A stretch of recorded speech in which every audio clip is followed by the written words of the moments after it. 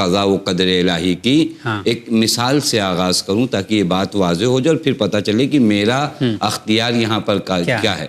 مولا کائنات حضرت علی علیہ السلام ایک مرتبہ ایک دیوار کے نیچے تشریف فرماتے، دیوار کے سائے کے پاس، اور اسی اثنا میں اٹھ کر آپ اس دیوار سے دوسری دیوار کی طرف چلے گئے۔ ایک شخص نے مولا سے پوچھا کہ یا علی، قضا و قدر الہی سے آپ فرار کر رہے ہیں، یعنی وہ دیوار گرنے والی تھی، مولا وہاں سے اٹھ کر دوسری دیوار پہ چلے گئے۔ مولا نے فرمایا نہیں، میں ایک قضاء الہی سے نکل کر دوسری قضاء الہی کی پناہ میں جا رہا ہوں۔ یہ مثال اگر ناظرین کو سمجھ میں آ جائے، یعنی یہ تمام چیزیں بڑی دقیق محاسبہ ہوا ہے۔ آپ کے میکس میں بھی اتنا دقیق محاسبہ نہیں ہوتا جتنا پروردگار عالم نے اس پورے عالم کا محاسبہ اور حساب و کتاب رکھا ہے۔ یہ قضاء و قدر الہی ہے، لیکن اسی پر اگر قضاء و قدر الہی کو آپ کوئی نام دینا چاہیں تو مشیت الہیہ کہیے، جو ہمارے یہاں بہت رائج ہے کہ مشیت الہی، اللہ کی مرضی، اللہ کی مرضی۔ یہ مشیت الہیہ ہی ہے کہ انسان صاحب اختیار ہو، یعنی اللہ نے ہی اختیار دیا ہے انسان کو کہ انسان صاحب اختیار، یعنی اللہ کا ارادہ یہ ہے کہ تمہیں صاحب اختیار بنایا جائے، اور پھر تمہارے لیے انبیاء بھیجے جاتے ہیں، تمہیں دین بتایا جاتا ہے، پھر تمہیں ارادے کے ساتھ، چونکہ اگر غیر ارادی طور پر، میرے واقعہ عجیب ہے، اگر میں بغیر ارادے کے کوئی کام انجام دوں تو اس میں میری کیا کوالٹی ہے، میری کیا فضیلت ہے؟ برابر۔ جو کام میں ارادے کے ساتھ انجام دوں گا وہاں میری فضیلت ہے۔ بالکل۔ اگر غیر ارادی طور پر میں جو کام کروں اس میں میرا کون سا کمال ہے، میری کون سی کوالٹی؟ یہ تو ہونا ہی تھا، یہ ہونا ہی تھا۔ ارادی طور پر انسان کا امتیاز ہی یہی ہے، مشیت الہیہ یہ ہے کہ انسان صاحب اختیار ہو۔ شادی کے مرحلے میں بھی اللہ تعالیٰ نے انسان کو صاحب اختیار بنایا ہے، اور وہ روایات اس بات پر شاہد اور دلیل ہیں جن میں کہا جاتا ہے ایسوں کو انتخاب کرو، ایسوں کو انتخاب کرو، ان سے شادی نہ کرو، ان سے شادی کرو۔ یہ تمام چیزوں کو اگر آپ یکجا جمع کریے تو اس بات پر دلیل ہے کہ پروردگار عالم نے شادی کے مسئلے میں انسان کو صاحب اختیار بنایا۔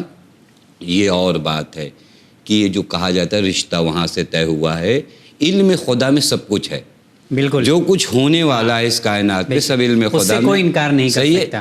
علم خدا مجھے مجبور نہیں بناتا، اگر میں جانتا ہوں، توجہ فرمائیے گا، بہت آسان کر دوں چونکہ بات بہت دقیق ہے۔ ایک انسان ٹیچنگ کرتا ہے، کچھ بچوں کو پڑھاتا ہے، اس کے علم میں ہے کہ یہ بچہ فرسٹ لائے گا، تو کیا اس کے علم کی وجہ سے یہ بچہ فرسٹ آیا ہے، یا وہ جانتا ہے کہ یہ بچہ فیل ہو جائے گا؟ ٹیچر جانتا ہے کہ یہ بچہ فیل ہو جائے گا، تو کیا یہ بچہ جو فیل ہوا ہے اس وجہ سے فیل ہوا ہے کہ اس کا سر جانتا تھا کہ وہ فیل ہو جائے گا؟ نہیں، وہ سر جانتا تھا بچے کے حالات دیکھ کر۔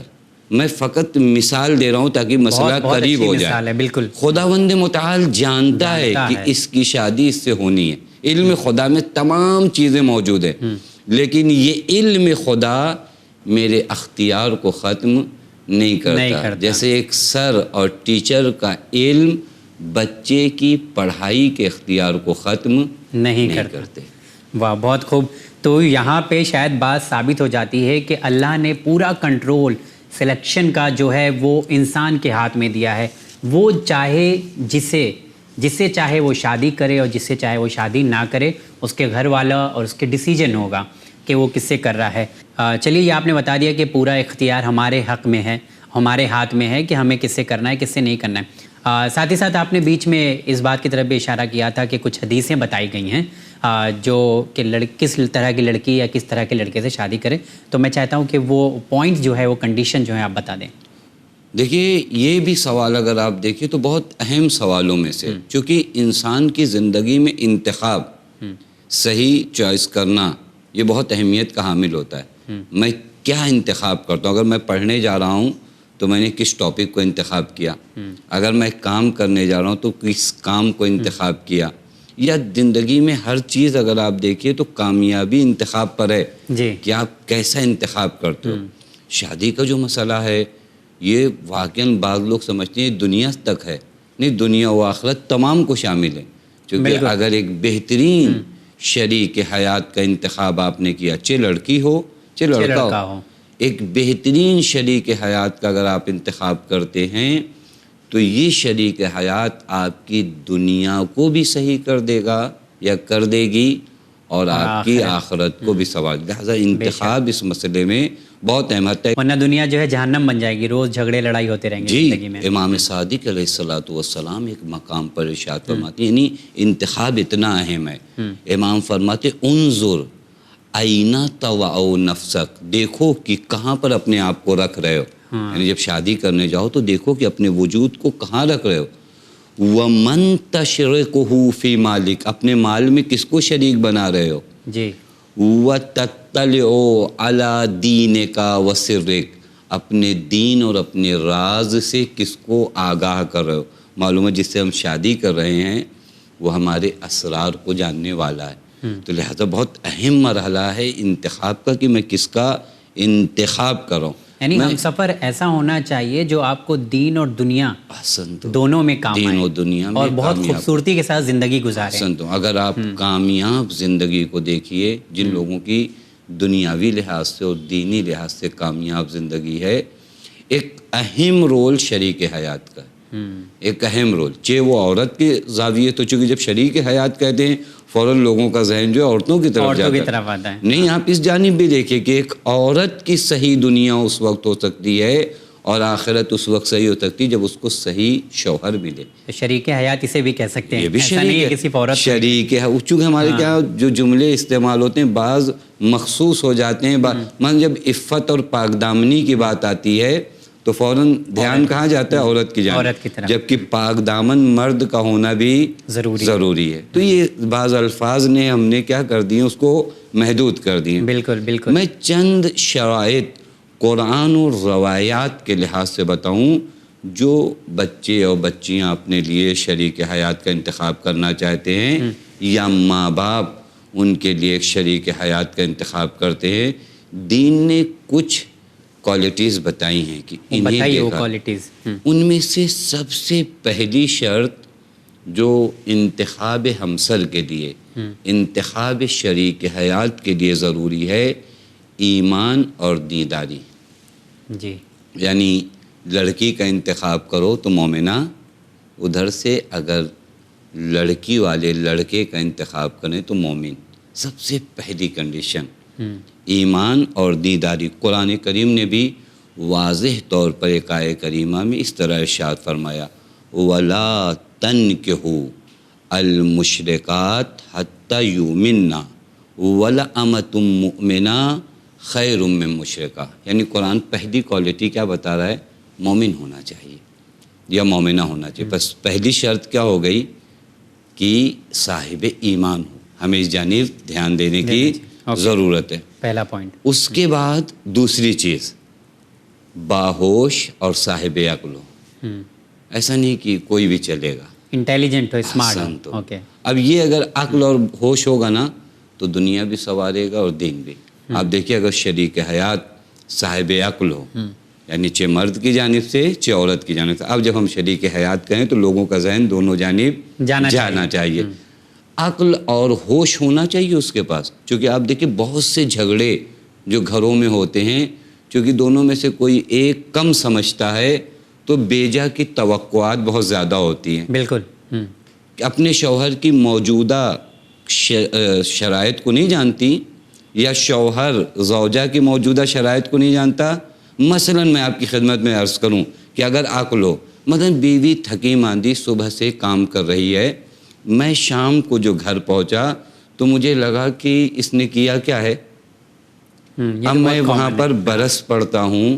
یہیں پر اگر میں عقل کا سہارا لوں تو پھر ہمارا گھر سنور جائے گا کہ دن کی تھکی ماندی، ہو سکتا ہے طبیعت خراب ہو سکتا ہے کوئی اور پرابلم ہو سکتا ہے بیمار ہو، مجھے کیوں لگتا ہے کہ یہ میری توہین کر رہی ہے، کیونکہ میرے پاس عقل نہیں ہے۔ اگر مجھے یہ لگے کہ نہیں ہو سکتا ہے آج بیمار ہوں، میں بڑھ کر اگر پوچھ لوں تمہاری طبیعت ٹھیک ہے، سارا مسئلہ حل ہو جائے گا۔ لہذا اسی طرف سے عورت کو بھی آپ لے لیجئے کہ اگر عورت دیکھے کہ میرے شوہر کے مثلاً حالات ابھی مالی صحیح نہیں ہیں، تو بہت سی توقعات میں بے جا نہ رکھوں کہ جب ہمارے رشتہ دار کے یہاں شادی ہو تو ضروری ہے کہ میرا کپڑا نیا ہو، فلاں برانڈ کا ہو، ایسی سینڈل ہو. یہ چیزیں کیا ہوتی ہیں، یہ معلوم پڑتا ہے کہ عقل نہیں ہے. یہ آپ بیلنسنگ جواب دے رہے ہیں، یہ بہت اچھی بات ہے. یہ عقل اگر ہو جائے نا تو بڑا سسٹم ہو جائے، گھر ہمارا جو ہے دونوں جنت طرف بن سے جائے. دماغ کا استعمال ہو. بس جب آپ انتخاب کرو نا شریک حیات کا تو یہ بہت ضروری ہے کہ اس کے پاس عقل و ہوش ہونا چاہیے. خود میں روایت بھی پیش کر دوں تاکہ ہماری بات کی تائید ہو جائے. امام علی علیہ الصلوۃ والسلام ایک مقام پر ارشاد فرماتے ہیں ایاکم وتزویج الحمقاء، مولا فرماتے ہیں احمقوں سے شادی مت کرو کیونکہ تمہاری زندگی کیا کر دیں گے احمق وہی سینس کمزور، کمزور یعنی جو یعنی ہوتے نہیں، دماغ نہیں ہوتا، سوچ والے، گھر کے حالات سمجھتے نہیں، گھر کی کنڈیشن نہیں سمجھتے. لیکن اگر یہی سمجھیں، مولا فرماتے فَإِنَّ صُحْبَتُهَا بَلَا، مولا فرماتے ان کے ساتھ رہنا بلا ہو جائے گا. جو ہمارے کہتے ہیں بلا آفت آتی ہے، کہتے ہیں ان کے ساتھ زندگی کرنا بلا ہو جائے گا، وبال و جان بن جائے گا. جی وبال جان. وَوَلَدُهَا ضِيَاء، اگر اولاد بھی ہو گئی نہیں تو وہ بھی ضائع ہو جائے گی، کیونکہ بیوقوفوں کے ساتھ رہتے رہتے اولاد بھی کیا ہو جائے گی، ضائع ہو جائے گی.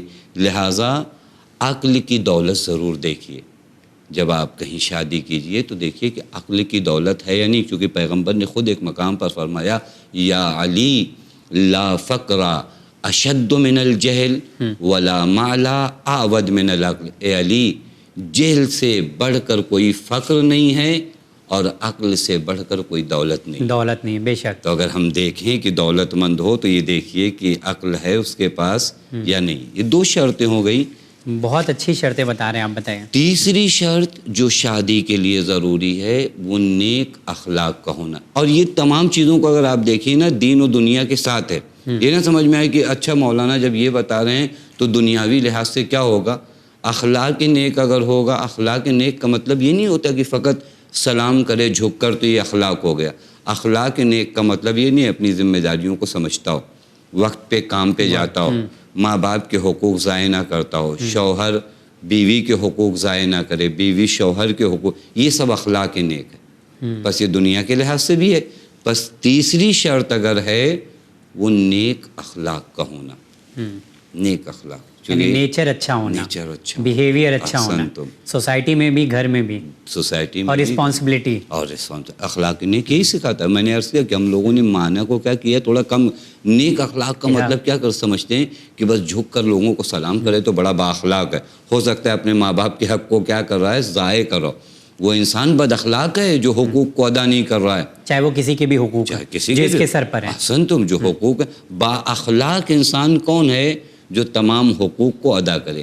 یہاں پر بھی پیغمبر کی ایک حدیث ہے، پیغمبر اکرم فرماتے ہیں اذا جاءکم من ترضون خلقہ و دینہ فزوجوہ. پیغمبر واضح لفظوں میں فرما دیکھو اگر تمہارے پاس کوئی ایسا انسان رشتہ لے کر آئے جس کا اخلاق مورد پسند ہو، اچھا اخلاق ہو اور اس کا دین بھی اچھا ہو تو فزوجوہ ہو، اس کے ساتھ شادی کر دو. امام کے ایک صحابی ہیں حسین بشار واسطی، آ کر مولا امام رضا علیہ الصلوۃ والسلام سے کہتے ہیں مولا میرے ایک رشتہ دار نے میری لڑکی کا رشتہ مانگا ہے، کیا میں اس کے ساتھ شادی کر دوں؟ اس کا اخلاق اچھا نہیں ہے. امام فرماتے ہیں اگر اخلاق اچھا نہیں ہے تو اس کے ساتھ شادی نہ کرو. بس تیسری شرط کیا ہوئی؟ نیک اخلاق کا ہونا. نہیں، کچھ لوگ ایسا بھی سوچتے کہ میاں بیوی کا رشتہ الگ ہوتا ہے تو وہ چل جاتا ہے، سماج سے جڑا ہوا رشتہ، مطلب بیہیویئر میٹر نہیں کرتا. نہیں، بد اخلاقی جو ہے، چونکہ بد اخلاق، میں نے اخلاق کا معنی تھوڑا آپ کی خدمت میں عرض کیا نا، اخلاق کا معنی صرف یہی نہیں ہے کہ وہ جھک کے. اخلاق یعنی تمام حقوق کی رعایت کرنے والا. چوتھی شرط عفت اور پاک دامنی. ایسے گھر میں شادی کرو چاہے بچی ہو چاہے بچہ ہو کہ لوگ پاک دامن ہوں. عفیف ہونا چاہیے، پاک دامنی ہونا چاہیے. پاک دامنی اگر نہیں ہوئی تو مشکل آ جاتی ہے. بس یہ بھی چیز بہت ضروری ہے. اس کی جانب بھی قرآن کا اشارہ ہے. وقت چونکہ کم ہے بس میں آیت کو ابتدا میں پڑھ دوں. الزانی لا ینکحو الا زانیہ. او مشرکۃ والزانیۃ لا ینکحها الا زان او مشرک، یعنی پاک دامن ہونا ضروری ہے جو بھی شریک حیات بنے۔ مردوں میں اگر شادی کی تلاش کرو اپنی لڑکیوں کی تو دیکھو پاک دامن ہے یا نہیں۔ ہمارے یہاں کبھی معاشرے میں لڑکا ہے تو چلے گا، نہیں، یہ نہیں ہونا چاہیے۔ لڑکی کے سلسلے میں ہم پاک دامن لڑکی تلاش کرتے ہیں، لیکن لڑکوں کے سلسلے میں بھی ہمیں پاک دامن لڑکے کی تلاش کرنی چاہیے۔ پانچویں اور آخری شرط، یہ جو آج کے جلسے میں آخری شرط ہے، وگرنہ اس کے علاوہ ہمارے ناظرین اور بھی شرائط قرآن و حدیث سے نکال سکتے ہیں، وہ خاندانی شرافت کا ہونا۔ خاندان یہ بہت میٹر کرتا ہے جی، خاندانی شرافت بہت ضروری ہے۔ قرآن نے بھی اس جانب بڑا حسین اشارہ کیا ہے، والبلد الطیب یخرج نباتہ باذن ربہ، جو پاک شہر ہوتا ہے نا، وہاں سے پاک پودے نکلتے ہیں۔ اگر خاندان شریف ہو تو شریف بچے وجود میں آتے ہیں۔ بالکل، لہٰذا اس جانب بھی نگاہ کرنے کی ضرورت ہے، چونکہ یہ اثرات ہماری اولاد تک جانے والے ہیں۔ ہم شادی فقط اپنے آپ کے لیے نہیں کر رہے ہیں، ایک آئندہ نسل وابستہ ہے ہماری شادی سے، لہذا ان شرائط کی رعایت ضروری ہے۔ مولانا صاحب، جن باتوں کی طرف آپ نے اشارہ کیا ہے ناظرین، وہ باتیں تو ٹرمز اینڈ کنڈیشن ہیں، یہ سب چیزیں ہونی چاہیے لڑکا اور لڑکی دونوں کے اندر۔ لیکن ایک چیز ہے جو آج کے زمانے سے ہے، وہ سوال میں کر لیتا ہوں کہ یہ ساری چیزیں آپ نے جو بتائیں یہ بہت اچھی ہیں، اور اگر یہ ساری چیزیں ہمارے اندر ہوتی ہیں تو رشتے بہت اچھے ہوتے ہیں دونوں کے۔ لیکن آج کی دنیا کے حساب سے تو دنیا بھی ضروری ہے نا، کہ وہ پیسے سے بہت اچھا ہو، گھر ہو، گاڑی ہو، بنگلہ ہو، تاکہ ضرورت بھی ہو جائے پوری۔ تو اس پہ کیا نظریہ ہے دین اسلام کا؟ دین کہتا ہے کہ اگر یہ سب دیکھنا چاہیے کہ نہیں، کیونکہ ہمیں تو لگتا ہے کہ شاید کوئی بھی باپ یا کوئی بھی ماں اپنی بیٹی کو اگر کسی کے حوالے کر رہی ہے یا کر رہا ہے یا لا رہا ہے تو مطلب سوچے گا ہی نا کہ تھوڑا تو انسان کماتا ہو، اچھا گھر سے ہو، سٹیبل ہو۔ ہاں، یہ بھی سوال دیکھیں آپ، وہ معاشرے کا درد بتا رہے ہیں کہ واقعی ایک معاشرے کے ذہن میں یہ سوال ہے۔ ایسا اگر یہ نہیں دیکھیں گے تو پھر کیا دیکھیں گے پھر ہم؟ لیکن اگر آپ دوسرے زاویے سے دیکھیے، قرآن کریم کہتا ہے کہ اگر تم فقر کی بنیاد پر شادی نہیں کر رہے ہو تو تم یعنی خدا کی رزاقیت کو کیا کر رہے ہو، مان نہیں رہے ہو، کیونکہ بہت سے رزق پروردگار عالم شادی کے بعد عطا کرتا ہے۔ یغنیہم اللہ من فضلہ، قرآن کا ارشاد ہے، خدا غنی کر دے گا اپنے فضل سے، لیکن وہ ابتدائی مرحلے حد تک طے ہونے چاہیے۔ یعنی مطلب اگر دیکھ کے شادی کرے تو کوئی پرابلم تو نہیں ہے نا، اگر ہم ڈھونڈ رہے ہیں تو اس لحاظ سے کوئی پرابلم نہیں، لیکن اگر فقر کی وجہ سے، جیسے بعض بچے، مطلب دولت کے لیے شادی نہ کرے، ایسا کہنے کا مطلب ہے؟ روایت میں بھی ہے کہ اگر کسی نے حسن و جمال و دولت کی وجہ سے شادی کیا تو اسی کی حد تک رہے گا، لیکن روایت کا جو جملہ ہے کہ اگر کسی نے ان چیزوں کو خیال نہیں کیا بلکہ ایمان کی بنیاد پہ شادی کیا تو پروردگار عالم حسن و جمال و دولت بھی عطا کرے گا، کیونکہ رزق دینا پروردگار عالم کے ہاتھوں میں ہے۔ اچھا آپ دیکھیں نا، کبھی ہم کیوں اپنے معاشرے میں نے جو کوالٹی آپ کی خدمت میں عرض کیا، کیوں سوچتے ہیں کہ ایک ایمان رکھنے والا شخص غریبی ہوگا؟ ہاں، یہ تو بہت بڑی پرابلم ہے سماج کی۔ صاحب ایمان اگر ہے تو کیوں غریبی ہو، کیوں غریب ہوگا؟ بہت زیادہ دیندار ہوتا ہے تو بھی کہتے ہیں بہت زیادہ ہمارے ذہنوں میں ہوتا ہے کہ آپ کہہ رہے ہو کہ دیندار ہو تو دیدار کا مطلب یہ ہوگا کہ وہ اچھی جاب پہ نہیں ہو، دیدار کا مطلب کہیں یہ ہے کہ اس کا اچھا بزنس نہ ہو، نہیں، دیدار ہو تو یہ تمام کوالٹی اس کے اندر ہے، چونکہ دین یعنی ڈسپلین، دین یعنی قانون، جب وہ قانون کے مطابق عمل کرے گا تو کیوں دنیا کے لحاظ سے وہ پیچھے رہ جائے گا؟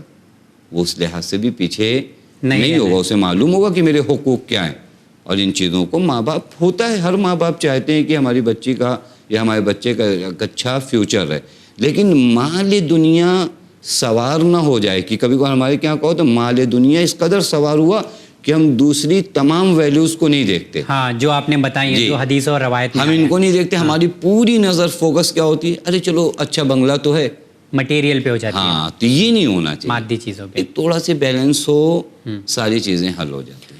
ہاں، ایک اور سوال کر لیتا ہوں، اور یہ سوال بھی میرے نظر سے بہت اچھا اور ضروری بھی ہے کہ رشتہ جب ہم لگاتے ہیں تو جو رشتہ لگاتے ہیں وہ لوگ بھی جھوٹ بول دیتے ہیں، اور گھر والے بھی، چاہے لڑکا ہو چاہے لڑکی ہو، تو رشتے لگانے کے درمیان یا رشتہ جوڑنے کے لیے ہم جھوٹ بول سکتے ہیں یا جھوٹ بولنا چاہیے؟ کبھی ایج ہم چھپا لیتے ہیں، کبھی انکم ہم چھپا لیتے ہیں، کبھی فیملی بیک گراؤنڈ ہم چھپا لیتے ہیں، تو کہیں نہ کہیں کچھ نہ کچھ ملاوٹ کر دیتے ہیں۔ یہ بالکل جائز نہیں ہے۔ اسلام کسی رشتے کو دھوکے کی بنیاد پر نہیں مانتا۔ دھوکہ رکھ کے آپ رشتے کو آگے کس طرح بڑھا سکتے ہیں؟ جیسے ایج چھپا لیا تو ایج آج نہیں تو کل تو کھلنا ہی ہے۔ جی، اسی کا نام اگر دین میں اگر آپ فقہ کی کتابوں میں جائیں نا تو اس کو تدلیس کہتے ہیں۔ پر ہوتی نہیں ہے نا، یہ بھی پرابلم ہے، چھپاتے نہیں ہیں تو پرابلم بھی آ جاتی ہے۔ نہیں، کبھی بھی اگر آپ کو صحیح راستے سے اگر کھانا نہ ملے تو اس کا مطلب یہ نہیں ہوتا کہ آپ جا کر ڈاکہ اور چوری کریں گے۔ توجہ فرما رہے ہیں، یہاں پر دقت کرنا، خدا پہ بھروسہ کریے، اچھا آپ ثابت قدم تو رہیے۔ ہم لوگ اپنے پاور اور طاقت کو دیکھتے ہیں اور ہم کو لگتا ہے کہ اب نہیں ہوا، لیکن اگر تم نے وہاں پر استقامت اور صبر دکھایا ہوتا تو پروردگار عالم تمہارے لیے وہ راستے فراہم کرتا جس کو تم نے تصور نہیں کیا تھا۔ لہٰذا اگر اس بنیاد پہ شادیاں ہوتی ہیں تو یہ یعنی عیب جو موجود ہیں انہیں نہ بتانا حرام ہے، گناہ ہے جھوٹ بولنا۔ تو بتا دینا چاہیے۔ اگر ہم سے کسی نے انکوائری کیا جی، کہ کسی فلاں لڑکے کے بارے میں کیا، لڑکی کے بارے میں کیا، جی، تو اب ہم یہ چاہیں گے کہ نہیں بھائی شادی ہو جانا چاہیے، اگر ہمارے بولنے سے کبھی رشتہ نہیں لگا تو بوال تو ہمارے اوپر آنے والا ہے۔ حسن، تم یہ بھی سوال بہت ہی اچھا ہے کہ شادی ایک واحد ایسی جگہ ہے جہاں پر آپ کو حقیقت سے آگاہ کرنا ضروری ہے۔ اگر جو آپ کچھ جانتے بول دینا، جی، اگر کچھ چھپانے کی آپ ضرورت نہیں، اگر آپ حقیقت جانتے ہیں تو بتا دیجئے۔ واحد ایسی جگہ ہے۔ جی، واحد ایسی جگہ، چونکہ یہاں پر ایک گھر بسنے والا ہے، یہ گھر جھوٹ اور دھوکوں کی بنیاد پر نہ بسے، چونکہ یہ گھر اگر دھوکے اور جھوٹ کی سنگ بنیاد پہ رکھا جائے گا تو یہ گھر خود ڈھہ جائے گا، تو لہٰذا اس گھر کو اس طرح نہ بسایا جائے۔ یعنی جو بھی معلومات ہے، جو بھی انفارمیشن ہے آپ کے پاس، آپ سچ اگر بتا آپ سے دیں۔ کوئی پوچھ رہا ہے، اگر آپ سے پوچھ رہا ہے بتا دیجیے، اور اگر نہیں پوچھ رہا ہے تو کوئی ضرورت یہ نہیں، ہماری ذمہ داری نہیں، چاہے ہم گھر کے ہی والے کیوں نہ ہوں، ہاں، ہماری کوئی ایسی ذمہ داری نہیں ہے، ہمارے پاس ذمہ داری نہیں ہے۔ یہ اچھا، چلیے یہ بات بہت اچھی آپ نے بتائی کہ ہمیں ان باتوں کا خیال رکھنا چاہیے، اور جھوٹ کے اوپر بنے ہوئے رشتے زیادہ دن تک ٹکتے نہیں ہیں۔ ایک اور چیز ہے کہ بہت کنزرویٹو ہے آج بھی، دقیانوسی سوچ ہمارے سماج میں ہے کہ جب بھی شادی ہم طے کر رہے ہوں تو لڑکا لڑکی نہ ایک دوسرے سے بات کر سکتے ہیں نہ دیکھ سکتے ہیں، تو اس کی کیا کنڈیشن ہے؟ دیکھیں، شرعی جو قوانین ہیں ان کی رعایت کر کے ملاقات ہو سکتی ہے، آپس میں ایک دوسرے سے بات کر سکتے ہیں، شریعت نے کہیں پہ منع نہیں کیا ہے۔ بس یہ ہے کہ لڑکا بھی چاہے لڑکی سے ملنا تو مل سکتا ہے، لڑکی چاہے تو لڑکے سے بھی مل سکتی ہے، ملاقات ہو سکتی ہے، کچھ باتیں ایک دوسرے کو سمجھنے کے لیے کی جا سکتی ہیں، وہ شہوانی لذتوں کو نظر میں نہ رکھا جائے، بقیہ عام حالات میں ملاقات کرنے میں کوئی حرج نہیں، گھر والوں کی اجازت سے، جی، رضامندی سے۔ ہاں، گھر والوں کی اجازت ہو، نہیں کہیں ایسا نہ ہو کہ ہم نے بول دیا اور لڑکی پتہ چلا نہیں، کچھ اور سینس میں لے لیں لوگ۔ نہیں، گھر والے ہوں، اجازت ہو، شادی کا یقینی ارادہ رکھتے ہوں۔ کبھی کبھی ہوتا ہے اسے بہانہ بنا لیتے ہیں کہ ہم شادی کرنا چاہتے ہیں تو پتہ چلا ہر نامحرم سے ہم بات چیت کرنے لگتے ہیں، یہ نہیں ہونا چاہیے۔ چلیے ایک اور چیز بہت کامن ہے کہ جب ہمارا دل ہوتا ہے کبھی کبھی لیکن استخارہ منع آ جاتا ہے، یا کبھی کبھی ہم کو کرنا نہیں ہوتا تو ہم جھوٹ بھی بول دیتے ہیں کہ استخارہ منع ہے۔ کس سچویشن میں شادی ایک ایسی جگہ ہے جو ہمارے مطلب لائف پارٹنر کو ہم سلیکٹ کر رہے ہیں اور چن رہے ہیں کہ ایسے لوگ کو اپنا ہم سفر بنا رہے ہیں جس کے ساتھ ہمیں زندگی گزارنا ہے، تو اب استخارے کے اوپر آ کر بات رک جاتی ہے، کوئی لوگ دیکھ کر منع کر دیتے ہیں، کوئی لوگ بنا دیکھے بھی منع کر دیتے ہیں، تو شادی کے لیے دل کر رہا ہے، استخارہ منع آ رہا ہے، اور استخارہ ہاں ہے لیکن لوگ منع کر رہے ہیں، تو ایسی سچویشن میں کیا کرنا چاہیے؟ دیکھیے، میں آپ کی خدمت میں عرض کروں، چونکہ یہ بھی بہت رائج سوال ہے اور بہت سے زیادہ پرابلمس یہاں پر آتے ہیں۔ کسی بھی رشتے کو اگر منع کرنا ہو تو آسان طریقہ یہ ہے کہ کہہ دیا کہ استخارہ منع آ گیا، دیکھا بھی نہیں ہوگا، کہہ دیا کہ استخارہ منع آ گیا، جبکہ یہیں پر آپ کے چینل کے حوالے سے اور آپ کے ذریعے میں یہ بات ناظرین اور سامعین تک پہنچا دوں کہ استخارے کی اپنی ایک جگہ ہے۔ مثلا مجھے گھر خریدنا ہے، میں نے کسی بھی سمجھدار انسان سے مشورہ نہیں کیا، فوراً استخارہ دیکھا، دین یہاں استخارہ دیکھنے کو آپ سے نہیں کہتا، مشورہ کرو، سوچو، پہلے تو خود فکر کرو، پھر مشورہ کرو، پھر اگر مسئلہ حل ہو جائے تو استخارہ دیکھنے کی ضرورت نہیں ہے۔ رشتہ ہو یا کوئی اور مسئلہ، کوئی بھی مسئلہ ہو. یہاں پر بھی یہ تو شادیوں میں بھی پہلے میں خود فکر کروں کہ یہ بچی جو میں لے آ رہا ہوں اپنے گھر، میرے گھر کے لحاظ سے ٹھیک ہے یا نہیں ہے، خاندان، وہ تمام ویلیوز کو میں مد نظر رکھوں. پھر دل اگر اب بھی مطمئن نہ ہو تو کسی سے مشورہ کر لوں، مطمئن ہو گیا بات ختم ہو گئی. لیکن ہم کیا ذریعہ بناتے ہیں استخارہ دیکھنے کا، جبکہ اچھا ہوگا فیوچر میں خراب ہوگا سارا جو ہے ہم بولیں گے اللہ آپ نے تو ہاں بولا تھا جی، پر یہ رشتے تو خراب ہو گئے. استخارے کی جگہ حیرت کی جگہ. پر یہ کوئی گارنٹی نہیں کہ استخارہ دیکھا ہوا رشتہ اگر ہاں ہے تو 100% اچھا ہی ہوگا، نہیں، ایسا نہیں ہوتا. چونکہ عرض کیا کہ ہم لوگ اکثر وہ جگہیں جو استخارے کی نہیں ہوتی ہیں، استخارہ نہیں، خدا سے طلب خیر چاہنا. اسی خدا نے مجھے عقل و شعور دیا ہے، اسی خدا نے قرآن میں حکم دیا ہے کہ مشورہ کرو. میں تمام احکام خدا کو نہیں مان رہا ہوں. خدا کہہ رہا ہے غور کرو، فکر کرو، تدبر کرو، مشورہ کرو. لوگوں سے پوچھو، لوگوں سے پوچھو. میں نہیں پوچھتا، میں ڈائریکٹ کہتا ہوں خدا سے طلب خیر کرتا ہوں. تو یہ بیٹھ کر نہیں ہونے والا. آپ کوشش کرو، تلاش کرو، اور پھر نہیں سمجھ میں آتا تو یہ آخری مرحلہ. ہمارے ہاں جو پہلا آپشن ہم نے استخارہ بنایا ہے، یہ آخری آپشن ہونا چاہیے، وہ بھی اس وقت جب نہ سمجھ میں آئے. ایک مرتبہ ممکن ہے کہ میں نے آپ سے پوچھا، میں مطمئن ہو گیا، مجھے استخارہ دیکھنے کی ضرورت نہیں ہے، لیکن میں یہاں پر بھی استخارہ. پھر بھی کچھ لوگ استخارہ دیکھ لیتے ہیں اور منع آ جاتا ہے جی، لیکن پھر بھی کچھ دن بعد جو ہے شادی بنا استخارہ دیکھے ہوئے پھر سے طے کر دیتے ہیں. تو ایسی سچویشن دیکھیں اگر فقہی لحاظ سے دیکھا جائے تو علماء فرماتے ہیں کہ استخارے کی مخالفت نہ کی جائے تو بہتر ہے. بہتر کا لفظ ہے، یعنی اگر آپ نے کر دیا تو کوئی حرج نہیں ہے، لیکن چونکہ آپ نے استخارہ دیکھ لیا، اب اس کی مخالفت نہ ہو تو بہتر ہے. اور ویسے بھی مدتیں کچھ اگر گزر جاتی ہیں تو خاص حالات، خاص اوقات، وقت گزرنے کے لحاظ سے بہت کچھ چیزیں فرق آتی ہیں. تو اتنی دیر بعد اگر مخالفت ہو جائے تو کوئی حرج نہیں. تو بعد میں دیکھنا چاہیے دوبارہ؟ نہیں، ضرورت نہیں. اگر حالات بہتر ہو گئے ہیں تو پھر ہمارے خیال سے میں نے آپ کی خدمت میں عرض کیا کہ اگر میں مطمئن ہو چکا ہوں تو ضرورت اور تو پھر ضرورت نہیں ہے کہ ایسی جگہ پر استخارہ دیکھا جائے. ناظرین، امید کرتا ہوں کہ جو رشتے کی تلاش ہم کرتے ہیں، ہم سفر کی ہم تلاش کرتے ہیں، وہ تلاش شاید اب سمجھ میں آ جائے گی اور آسان ہو جائے گی کہ ہمیں کس طرح کے لڑکی یا لڑکے سے شادی کرنا چاہیے اپنے گھر کی بچے کی. مولانا صاحب آپ کا بہت بہت شکریہ. کئی اہم سوالوں کے جواب آپ نے دیے. پروگرام میں آج سمجھ میں آ رہا ہے کہ رشتہ ہمیں کیسے طے کرنا چاہیے. بہت بہت شکریہ. شکریہ بہت بہت. خدا آپ کو اور تمام اراکین ون کو دن دونی رات چوگنی ترقی عنایت فرمائے. الہی آمین.